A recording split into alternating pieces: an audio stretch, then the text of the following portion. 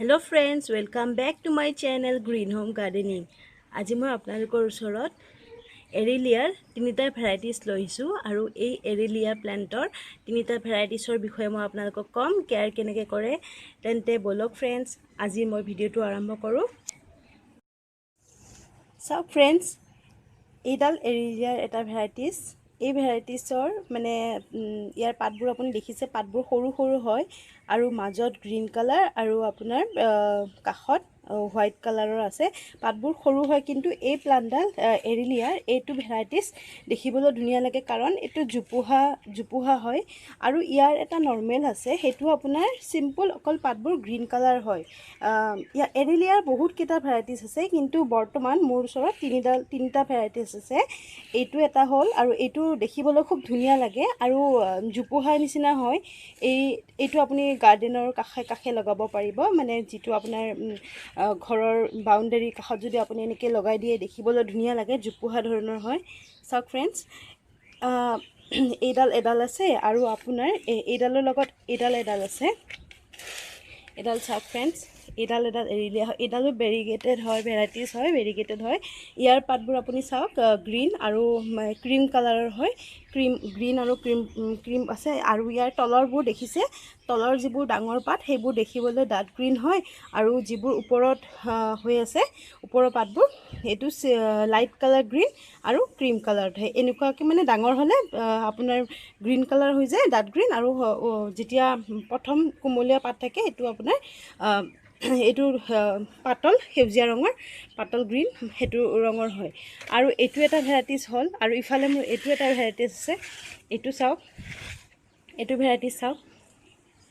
ইয়াৰে আপুনি এইডাল আৰু দেখিবলৈ মোৰ ভাল লাগে, এৰিলে গোটেইকেইটা ভেৰাইটিছে ধুনীয়া হয় দেখিবলৈ। এইডালো ভাল লাগে কিয় এইডাল আপোনাৰ ওখ হৈ যায়। আপুনি চাওক কিমান ওখ হৈ গৈছে, আপোনালোকে চাওক, এইটো চাওক কিমান ওখ হৈ গৈছে, এইটো চাওক ইমান ওখ হৈ গৈছে প্লান্টডাল, দেখিবলৈ খুব ধুনীয়া লাগে। আৰু ইয়াৰ পাতবোৰ আপোনালোকে চাওক, মই আপোনালোকক জুম কৰি দেখুৱাইছোঁ। এইটো পাতবোৰ চাওক আপোনালোকে, গ্ৰীণ কালাৰ, মই যে গ্ৰীণ কালাৰ হয় ইয়াত। এইটো ভেৰিগেটেড নহয়, এইটো গ্ৰীণ কালাৰ, কিন্তু পাতবোৰ দেখিবলৈ এটা ডিজাইনিং হয় আৰু এটা গাঁঠ হিচাপে থাকে, মানে যিহেতু জোপোহা হৈ থাকে, দেখিবলৈ খুব ভাল লাগে। এই প্লেণ্টডালৰ আপোনাৰ কেয়াৰটো ইজি টু কেয়াৰ হয় আৰু আপুনি অধিক মেইনটেইন কৰিবৰো দৰকাৰ নাই। আপুনি আৰু এই প্লান্টডালৰ এটা আপোনাৰ হেৰি আছে, কোৱালিটি আছে, যিহেতু আপুনি এই প্লান্টডাল মইষ্ট বিচাৰে আৰু মানে আপোনাৰ হিউমিডিটি বিচাৰে। হিউমিডিটিটো আপোনাৰ গোটেইবোৰ প্লান্ট আপুনি যোনবোৰ ঠাইত আপুনি একেলগে প্লান্ট ৰাখিছে তাৰ লগতে আপুনি এৰিলিয়াৰ প্লান্টবোৰ ৰাখি দিব, তেতিয়া সেই প্লান্টডালে ধুনীয়াকৈ গ্ৰথ কৰে। মোৰ এই ধুনীয়াকৈ গ্ৰথ কৰি আছে। এই প্লেণ্টডালটো ওখ হৈ গৈছে। এই প্লেণ্টডাল মই যেতিয়া আনিছিলোঁ তেতিয়া ইমানখিনি আছিলে। এইটো এবছৰ হৈ গ'ল, ইমানখিনি আছিলে, এইটো ষ্টেমত ইমানখিনি আছিলে। এতিয়া বাঢ়ি চাওক ইমান মানে ওখ হৈ গৈছে আৰু ওখ হৈয়ে আছে। আৰু আপোনাৰ ছাইডৰ পৰাও এনেকৈ ব্ৰাঞ্চ ওলাই আহিছে, এনেকৈ ছাইডৰ পৰা এনেকৈ ব্ৰাঞ্চ ওলাই আহে এডাল আৰু এইডাল মোৰ কি হৈছিলে, এইডালো মোৰ ওখ হৈ আছিলে, কিন্তু কি হ'ল যোৱা বছৰ এইডাল বেকা হৈ গৈছিলে, মানে দেখিবলৈ অলপ বেয়া দেখা হৈছিলে। সেইটো কাৰণে মই প্লান্টডাল মাজত কাটিং কৰি দিলোঁ, দি কিনে মই এটা ছাইডতো ৰুই দিলোঁ। এতিয়া কাটিং কৰাৰ পিছত চাওক আপুনি, মোৰ দুডাল প্লান্ট ইমান ধুনীয়া গ্ৰথ কৰি আছে। একচুৱেলি আপোনালোকে এটা কাম কৰিব পাৰে, এইটো মই এইডালে কাটিছোঁ, আপুনি এইটোৰো পাৰিব, মানে এৰিলিয়াৰ পাৰিব। আপোনালোকে কাটিং কৰি দিব যদি বেছি ওখ হৈ যায়। যদি আপোনালোকে বেছি ওখ নিবিচাৰে, যদি আপোনালোকে জোপোহা কৰিব বিচাৰে, তেতিয়াহ'লে আপোনালোকে মাজতে কাটি দিব, ষ্টেমডালত কাটি কিনে আপোনালোকে ৰুই দিব। তাৰপিছত আপোনালোকে দেখিব যে নিজে গ্ৰথ কৰে। পাতবোৰ চাওক দেখিবলৈ ধুনীয়া হয় আৰু মানে পাতৰ যিটো ছাইজ হয় এইটো ডাঙৰ হৈ যায় পিছত, আৰু কালাৰটো ডাঠ হৈ যায়। আৰু এইটো ভেৰাইটিজ মানে এইটো আপোনাৰ ড্ৰপ ভেৰাইটিজ হয়। এইটো আপোনাৰ মানে চাপৰে হৈ থাকে, কিন্তু ইয়াৰ পৰা বহুতকেইটা ব্ৰাঞ্চ ওলাই আহে। এইবোৰ দেখিছে কিমান ঘন হৈ গৈছে এনেকুৱাকৈ। ইয়াত মই আপোনালোকৰ ব্যৱহাৰ কৰিছিলোঁ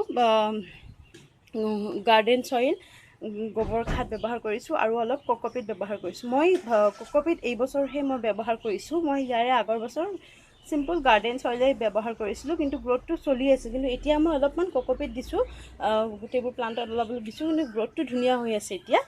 আৰু ইয়াৰ আপুনি ব্ৰাইট ছানলাইটত ৰাখিব পাৰে। ব্ৰাইট ছানলাইট মানে ধৰক আপুনি খিৰিকীৰ কাষত ৰাখিলে বা আপোনাৰ বেলকনিত যিটো ঠাইত পোহৰ আহে তেনেকুৱা ঠাইত আপোনালোকে ৰাখিব পাৰিব। আৰু আপোনালোকে মৰ্ণিঙৰ যদি 1 ঘণ্টা 2 ঘণ্টা বা 3 ঘণ্টা যদি ৰ'দ পৰে তেনেকুৱা ঠাইত আপোনালোকে ৰাখিব। কিন্তু দুপৰীয়াৰ যিটো ৰ'দ হয় বহুত তীব্ৰ হয়, গতিকে সেই দুপৰীয়া ৰ'দত আপোনালোকে এইবোৰ প্লাণ্টছ ৰাখিলে কি হৈ যায়, পাতবোৰ অলপ মানে জ্বলি যায়। সেইটো কাৰণে আৰু দেখিবলৈ অলপমান কালাৰটো অলপ ভাল নালাগে আৰু, কিন্তু সেইটো কাৰণে আপোনালোকে মৰ্ণিঙৰ ছানলাইট যিটো হয়, মৰ্ণিঙৰ যিটো ৰ'দ হয় এইটো ৰাখিব আপোনালোকে। দেখিবলৈ সঁচাকৈ বহুত ধুনীয়া হয় আৰু আপোনালোকৰ মানে গাৰ্ডেনিঙৰ শোভা সৌন্দৰ্য বঢ়াই তুলিব এই এৰিলিয়া প্লাণ্টডাল। আৰু বহুত ইজি টু কেয়াৰ হয়, আপোনালোকে একো মেইনটেইন কৰিব নালাগে। পানীটো আপোনালোকে গৰমৰ দিনত 2 দিন 3 দিনৰ মূৰত দিয়ক। মাটিটো চেক কৰি ল'ব। মই এইডাল যিহেতু ইনডোৰ প্লাণ্টছ হয়, গতিকে ইনডোৰো ৰাখিব পাৰিব আপোনালোকে, আউটডোৰো ৰাখিব পাৰিব। কিন্তু আপোনালোকে যদি আউটডোৰ ৰাখে তেতিয়াহ'লে আপোনালোকে মানে যিটো মানে ব্ৰাইট ছানলাইট হয়, ধৰক য'ত মানে ৰ'দটো কমকৈ আহে, ধৰক ৰাতিপুৱা ৰ'দ আহে তেনেকুৱা ঠাইত আপোনালোকে ৰাখিব পাৰিব। কিন্তু দুপৰীয়াৰ যিটো ৰ'দ থাকে তেনেকুৱা ঠাইত নাৰাখিব, কাৰণ তেনেকুৱা ঠাইত ৰাখিলে এই প্লাণ্টডালৰ মানে যিটো মানে পাতবোৰ সৰু সৰু পাতবোৰ জ্বলি যায় আৰু দেখিবলৈও মানে বেয়া লাগে। সেইটো কাৰণে আপোনালোকে দেখিছে আপোনালোকে ইমান ধুনীয়া হৈ আছে, গ্ৰ'থ কৰি আছে এতিয়া। আৰু প্লাণ্টছ যেতিয়া আপোনালোকে ৰুব, এতিয়া এনেকুৱা কিছুমান প্লাণ্ট ছিলেক্ট কৰি ল'ব যাতে কেয়াৰ কম থাকে আৰু আপোনালোকে ধুনীয়াকৈ অধিক মেইনটেইনৰো প্ৰয়োজন নাই, আপোনালোকে কম মেইনটেইন কৰিও আপোনালোকে চলাব পাৰিব। চ' ফ্ৰেণ্ডছ, আশা কৰোঁ মোৰ এৰিলিয়া প্লাণ্টডালৰ ভেৰাইটিছকেইটা চাই আপোনালোকে ভাল পাইছে।